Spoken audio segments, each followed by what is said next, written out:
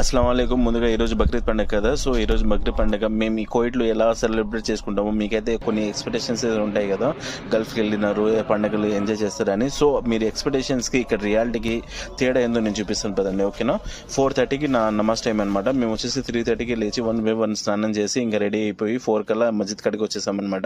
ఇక్కడికి వచ్చిన తర్వాత ఇంకా మళ్ళీ ఫేస్ వాష్ చేసుకోవాలి. అంటే బిఫోర్ మస్జిద్లో ఎంటర్ అయ్యేటప్పుడు వజు అయితే కంపల్సరీ చేసుకోవాలన్నమాట. దానికి చిన్న ప్రాసెస్ ఉంది, అది తర్వాత వీడియో పెడతాను అనమాట. ఇక్కడికి వచ్చి అంటే మీ సింపుల్ భాషలో చెప్పాలంటే ముఖం చేతులు శుభ్రంగా కట్టుకొని లోపలికి వెళ్ళాలన్నమాట. నేనైతే ముఖం చేతులు కట్టుకొని మసీద్ లోపలికి వెళ్తున్నాను. ఒకసారి మీరు కూడా లోపల ఎలా ఏ విధంగా ఉంటుందో ఒకసారి మీరు కూడా లుక్ వేయండి.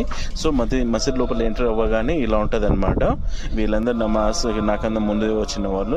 ఇప్పుడు 5 minutes తర్వాత ఇదంతా ఈ ఖాళీ ప్లేస్ అంతా నిండిపోతుంది అనమాట. నమాజ్ చేసుకుని శుభ్రంగా ఎక్కడి నుంచి మొదలు పెడతామో అక్కడికి వచ్చేస్తాం అనమాట. అంటే నా రూమ్కి అయితే వచ్చేస్తాం అనమాట. ఇదే మా పండుగ, నిజంగా చెప్తున్నా. అక్కడికి ఇండియాలో ఉన్ని మీరు ఎక్స్పెక్టేషన్ పెట్టుకుంటారు